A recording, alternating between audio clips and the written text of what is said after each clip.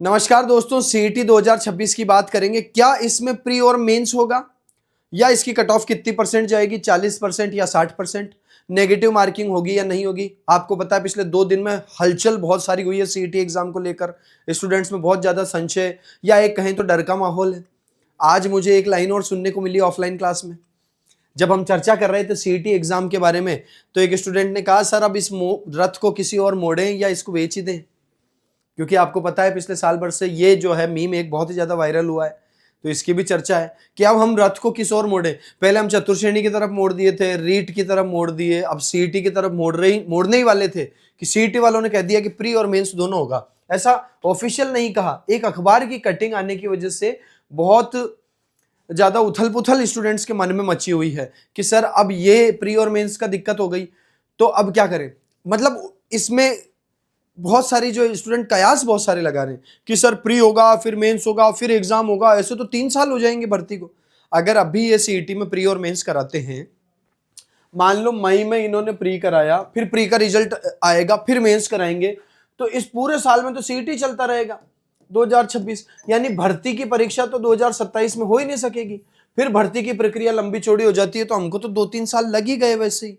तो भैया जी, इन सारे कयासों को विराम लगाओ। प्री और मेंस नहीं होगा इस बार आपका। सबसे पहली बात तो ये सुन लो कि प्री और मेंस वाला चक्कर जो है ऑफिशियल नहीं, सूत्रों के हवाले से ऐसे ही खबर करके और जो है न्यूज़पेपर में कटिंग आ गई, which is not true, which is not going to happen in near future. ये बहुत बाद के लिए हो सकता है, पर अभी इसका कुछ नहीं है। हाँ, एक बात तय है कि सीईटी के अंदर कट ऑफ 60% होने वाली है। 60% या 55%, 55 या 60% कट ऑफ होगी। उनमें से कौन सा होता है, इसके लिए अभी हमको वेट एंड वॉच करना पड़ेगा, देखना पड़ेगा कि 55 रहेगी या 60 रहेगी, पर 40 तो नहीं रहेगी, डेफिनेटली बढ़ने वाली है। जिसका सीधा सा कारण है कि बोर्ड चाहता है कि जो आपका सीधी भर्ती होती है उसके अंदर विद्यार्थियों की संख्या कम रहे। इस बार वीडियो के एग्जाम में 5 लाख स्टूडेंट्स ने फॉर्म भरा और इस बार पटवार में और ज्यादा बड़ी संख्या ने फॉर्म भरा। दोस्तों, इस बार सीईटी 8.5 लाख स्टूडेंट पास हो गए थे, लगभग 8.5 लाख स्टूडेंट पास हो गए थे। तो यानी 8.5 लाख तो मेन भर्ती में ही बैठेगा। वो तो चाहते हैं कि 1.5-2 लाख के अंदर हो। इससे फायदा क्या है, जितने कम विद्यार्थी मेन एग्जाम में बैठेंगे उतने ही आपके संभावना बढ़ेगी कि एक ही पारी में पेपर हो जाए। एक पारी में पेपर होने का फायदा क्या है, नॉर्मलाइजेशन का चक्कर खत्म। अब आपने चतुर्श्रेणी का एग्जाम दिया, इतनी सारी पारियों में हुआ, देखना उसमें नॉर्मलाइजेशन होगा। पशु परिचर एग्जाम में नॉर्मलाइजेशन ने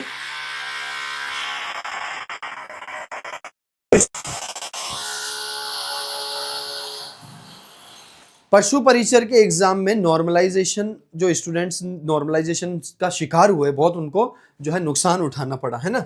और इसलिए वो चाहता है, बोर्ड चाहता है कि सबसे कम से कम विद्यार्थी बैठें। एक तो कम से कम विद्यार्थी बैठेंगे तो तहसील लेवल पे एग्जाम नहीं लेना पड़ेगा, एग्जाम डिस्ट्रिक्ट हेडक्वार्टर में आएगा। कुछ चुनिंदा जगह होंगी जहां पर एग्जाम कंडक्ट करवा लिया जाएगा, और वहां पर क्या होगा, कुछ चुनिंदा जगहों पे एग्जाम होंगे तो स्क्रूटनी होगी, वहां पर आपका पेपर आउट होने का, चीटिंग होने का ऐसा चांस नहीं रहेगा। चीटिंग होता है पेपर जब तहसील लेवल पर एग्जाम हो रहे होते हैं, छोटे छोटे सेंटर्स में पेपर हो रहे होते हैं, तो क्या है कि बोर्ड अपनी पूरी आई नहीं रख पाता है ना। तो वो चाहते हैं कि मेन एग्जाम में 1.5-2 लाख ही तय हो। देखो, मैं आपको एक बात बताता हूं, प्री और मेंस होगा या नहीं होगा, किसी एक विद्यार्थी के लिए नहीं होगा। जो भी होगा, ऐसा नहीं है कि एक विद्यार्थी को कह दिया भाई तुम प्री और मेंस देखो और बाकी सबको कह दिया नहीं तुम खाली प्री दो, ऐसा नहीं होगा। यानी जो भी होगा सबके लिए बराबर तरीके से होगा।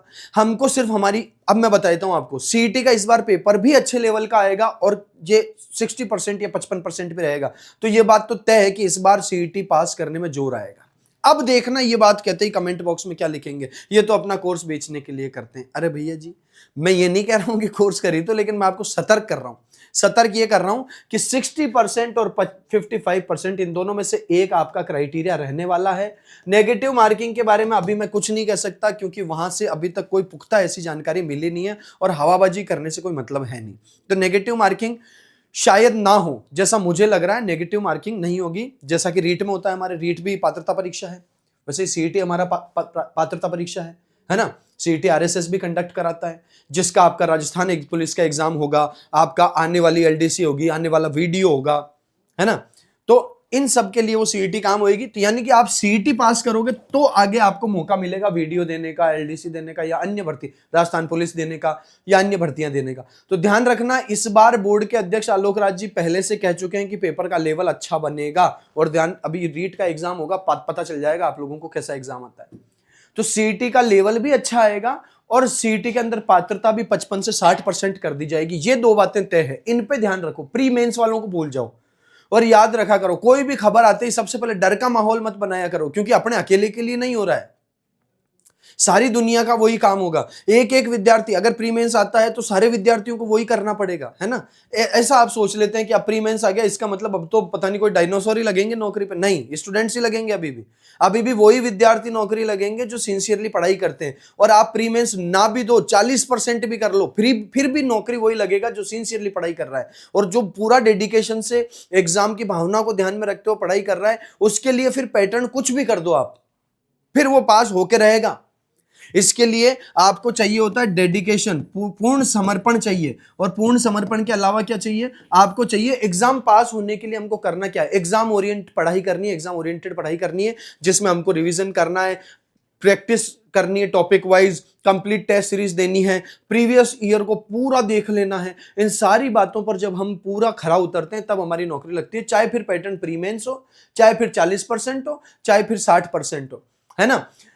आप ऐसी बातों से कभी ना घबराइए कि भाई आगे बोर्ड क्या कर देगा। जैसे बोर्ड करेगा वैसे हम बदल जाएंगे, हम उसके अनुसार तैयारी करना शुरू कर देंगे। लेकिन फिर भी एक मूल बात यह है कि प्री और मेंस नियर फ्यूचर में नहीं होगा दोस्तों, इससे घबराने वाली टेंशन नहीं है आपको। हाँ, कट ऑफ जो है आपकी 55 या 60% हो जाएगी, ये बात तय है ना। और नेगेटिव मार्किंग अभी तक स्पष्टता इसके बारे में नहीं है, हालांकि मुझे जितना लगता है नहीं होनी चाहिए, है ना। तो रथ को मोड़ो मत बार बार, उस रथ के अंदर डट के खड़े रहो आप। रथ अपने आप, अगर आप सही तरीके से रथ के अंदर बैठे, आप अपने आप अपनी मंजिल के अंदर पहुंच जाएंगे भाई साहब। लेकिन उसके लिए आपको कंप्लीट डेडिकेशन के साथ मन में किसी तरह का संशय रखे बिना पढ़ना होगा। और आप एक भी दिन बर्बाद नहीं कर सकते ये सोचने में कि प्री मेंस होगा या नहीं होगा। आपका पूरा फोकस किस ओर होगा कि हम हमारे सब्जेक्ट्स को इतना मजबूत कर लें कि फिर सीईटी भी पास हो, फिर वीडियो भी पास हो, एलडीसी भी पास हो, कुछ भी जो एग्जाम होने वाला है वो हमारा जरूर पास हो। ये सिर्फ आप लोगों के इन सारे कयासों को बंद करने के लिए मैंने एक सेशन बनाया है। मैं सबसे यही निवेदन करूंगा कि आप अपनी पढ़ाई पर पूरा फोकस रखो, अपने सब्जेक्ट्स को मजबूत बनाओ। सीईटी अच्छे लेवल का होगा तो भी हमको पास होके दिखाना है, हमको 60% कट ऑफ को जरूर पार कर लेना है। उसके लिए हम आज से ही हमारा टाइम टेबल फिक्स रख के पढ़ाई करेंगे। और अब मैं बता देता हूं पढ़ाई के लिए हम लोग जो ऑफलाइन बैच ला रहे हैं दोस्तों 5 जनवरी यानी कि मंडे, कमिंग मंडे से सुबह 9 से 1 बजे तक सीईटी का एक बैच स्टार्ट हो रहा है ऑफलाइन, रिद्धि सिद्धि मंगल विहार दिव्य दृष्टि क्लासेस पे, ठीक है। और इसके अलावा ऑनलाइन जो विद्यार्थी ऑनलाइन भी हैं, तो आप अगर ऑफलाइन पढ़ना चाहते हैं तो आपका स्वागत है 5 जनवरी को सुबह 9 बजे। और अगर आप ऑनलाइन पढ़ते हैं या टेस्ट सीरीज देते हैं तो जहां भी आप हैं वहां पे अपनी पढ़ाई पे फोकस रखो, बाकी चीजों को भूल जाओ। अगले सेशन में मिलेंगे दोस्तों, तब तक के लिए सभी को नमस्कार, जय हिंद।